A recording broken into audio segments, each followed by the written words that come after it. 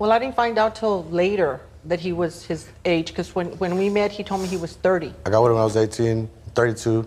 I didn't have no fun. I wanted to have fun. And it was like my soul was taken out of my body and stepped on. He lied about his age. He cheated for over a decade. And when she caught him, his excuse? I just wanted to try something different. This isn't just divorce. This is betrayal on national TV. This is divorce court like you've never seen it. An older woman who raised him like a husband and exposed his double life. Smash that subscribe button if you're tired of cheaters getting sympathy. It started like a fairy tale, or so Nora thought. When they first met, she was 39. He, just 18. What did he say that was interesting to you?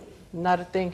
It was just the way he looked. He told her he was 30. She believed him. And by the time she found out the truth, it was too late. They were in love. Her kids had bonded with him. He danced well, looked good, and seemed like a gentleman. And then, 13 years later, everything exploded. He cheated.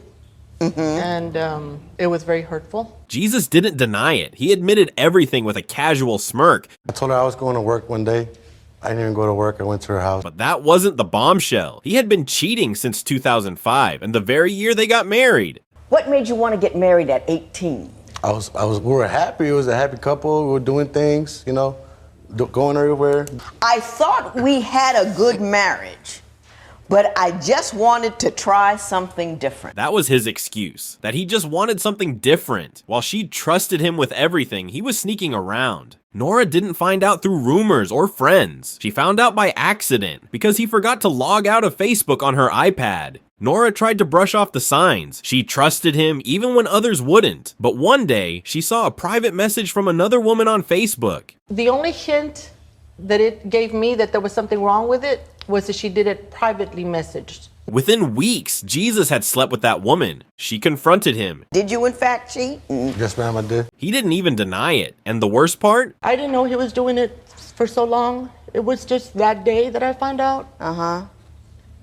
And it was like my soul was taken out of my body and stepped on. She compared the heartbreak to the pain of losing someone at a funeral. The betrayal wasn't just physical. It shattered her emotionally. And when she found out for sure, he was covered in hickeys. That's not just cheating, that's cruelty. Just when you thought it couldn't get worse, it did. Not only did Jesus cheat and lie about his age, but he lashed out after he got caught. He took my clothes down to my bras and underwear, took important papers, shoes, everything out of my closet, out of my home, and took it with him. What he did next was beyond petty. It was vindictive. So he had put the sugar and ketchup all over my clothes. Mix it up in a bag? Yes, sugar and ketchup all over her personal belongings, thrown into trash bags and returned ruined. And his justification? Instead of breaking all the windows in the house, I got all her clothes and I got the sugar and ketchup and I mixed it on her clothes. Why? Because she didn't answer his calls while he was still cheating. This wasn't a one-off rage moment. This was part of a decade-long pattern of disrespect, manipulation, and emotional damage. Even Judge Lynn Toller couldn't believe the cold truth Jesus delivered under oath. You left a woman you didn't have any problems with at all. It's just that you wanted to be single. I want to be single. I got it. I got it. I want to be single and live my life. How's your thing going? It's going awesome. This wasn't just infidelity. It was complete disregard for the woman who raised his kids, supported his dreams, and stayed loyal for 13 years. And when the judge asked him if he ever apologized, I still apologize to her. But Nora wasn't buying it anymore. Her dignity had been dragged through the mud, literally. You know, but he mentioned that, you know, we were married at 18. We met when he was 18. Right. But we married in 2005. Which he's saying that he started cheating in 2005, this is the first time I hear about that.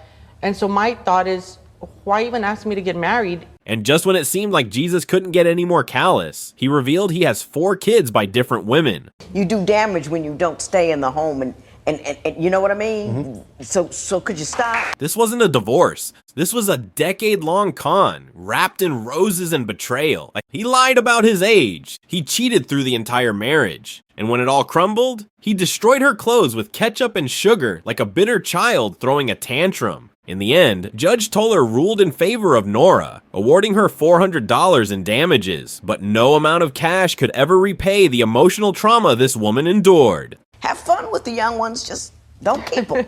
Let that be a warning. Don't get played in your own home. Hit subscribe if you believe in loyalty. Share this if you've ever been lied to by someone who smiled while doing it. This is Divorce Court, raw, real, and completely unfiltered.